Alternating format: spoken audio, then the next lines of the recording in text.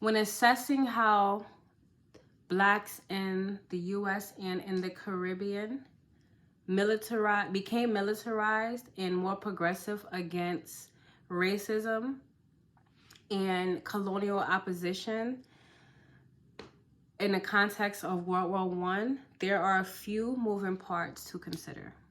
The first moving part would be the Bolshevik revolution that occurred in Moscow.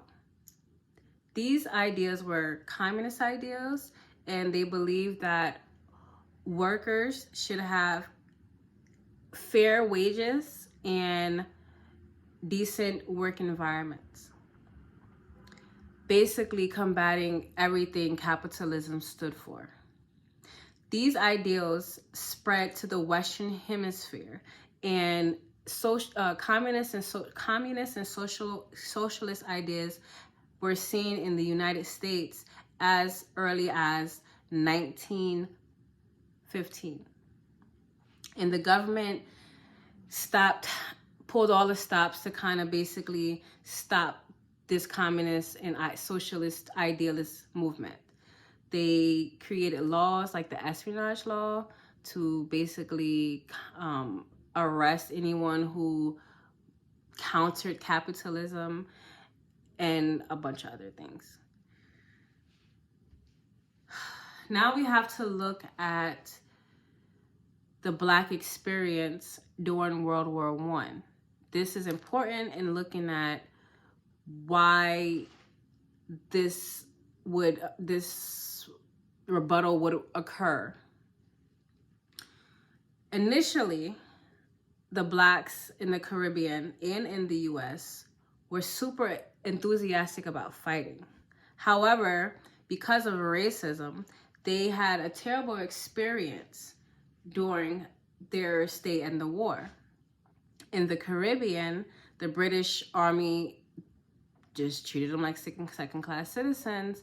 They didn't really, they were basically auxiliary soldiers. They didn't fight on the front line. Even though the Caribbeans that remained back in the islands had conducted fundraisers and donated goods upwards to the amount of $120 million towards the war, they were still treated like second-class citizens. Same thing in America. Even though these Black soldiers were willing to fight for the war, they were basically looked at as second-class citizens by their white counterparts. They couldn't even train with them. They eventually got shipped off to France, where they fought with the French army. However, there in France was where they got a taste of liberation. In France, these Black men were treated like men. France didn't have the same racist outlooks as America. Therefore, they did not treat these men this way. These men being treated with liberation basically awakened something within them. They realized they already knew the treatment they had was bad, but now they knew better, and they didn't want to stand for it anymore. Upon returning home, the economy was terrible and there was no jobs, paving way for a really bad environment for many Blacks, especially the ones that fought the war. This would create an environment for communist and socialist organizations to arise and thrive. Now we can look at the socialist and communist parties that developed in various countries throughout the Caribbean, and organizations that will form throughout the Caribbean from organizations that will form in Chicago and in New York. There was a socialist uprising in British Guyana as early as 1905. This was important because Guyana was a hub for many communist parties throughout the West Indies.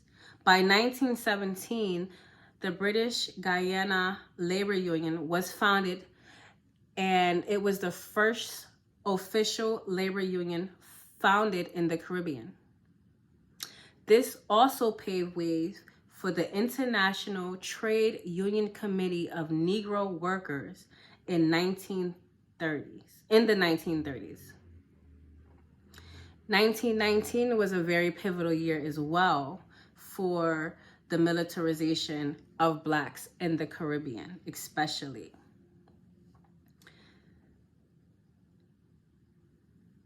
There were uprisings in Jamaica and Trinidad, and these were based off the interest of Harlem's varied Negro radicalism, which caused the American and British militaries to inhabit their wrath on the protesters, especially the Trinidadian Workers' Men Association.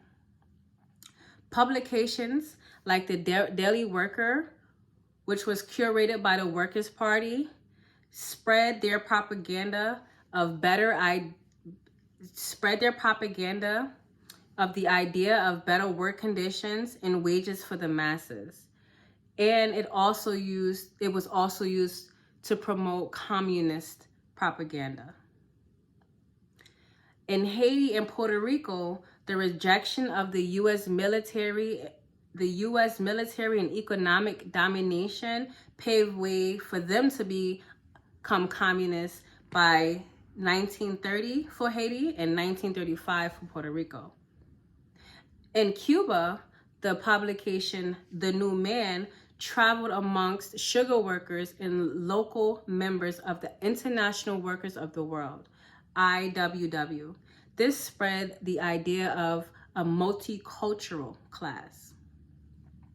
The other influence that empowered Blacks was Garveyism.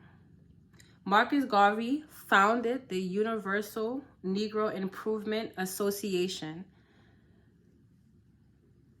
Another publication that was a key player in militarizing and informing and spreading propaganda amongst the West Indies and back in the US and New York was the Crusader. And this was an organizational arm of the African Blood Brotherhood, ABB, which were very important components in fighting racism. While Garveyism possessed similar ideas as communism, its main focus was on the betterment of Blacks. This later would become an issue, but for now, it works. There was this idea under Garveyism for the Negroes of America and the West Indies to unite. There were stories of reported strikes in the Caribbean paper and Caribbean papers. There were stories of reported strikes in the Caribbean in newspapers like the Emancipator and the Crusader, which was read across the Caribbean in countries like Santo Domingo, Cuba, Panama, Haiti, Trinidad, and French Guiana. Help inform people. These papers prompt the growth and the spread of Black radical ideas. The Crusader established itself as a literary link between African Americans and the West Indies in 1918. In 1919, in the wake of the uprisings and protests, throughout the Caribbean, many Blacks were realizing that they were more impactful if they were unified. This paved way for the creation of a lot of organizations, different organizations, created by common thinking Black people who wanted the same thing. The Negro World and Socialist Party's Messenger, that was a publication, and it worked as reciprocating the flow of information throughout both spaces, the US and the Caribbean. The spread of this propaganda allowed for the formation of organizations that wanted to see change and was tired of being oppressed by the colonial rulers. By 1924, the Workers' Party and the UNIA met with the KKK to discuss a possible common ground, and the Back to America movement was initiated.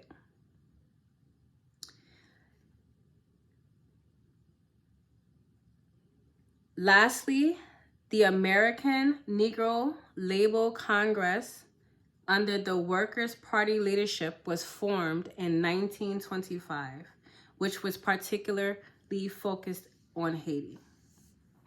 So I guess to sum it up, the use of newspaper and like ideals and commonality of oppression, the Blacks in the Caribbean and the US were able to relate. And at this point, they have nothing to lose. These white people don't care about them. Things aren't getting better. So why not try something?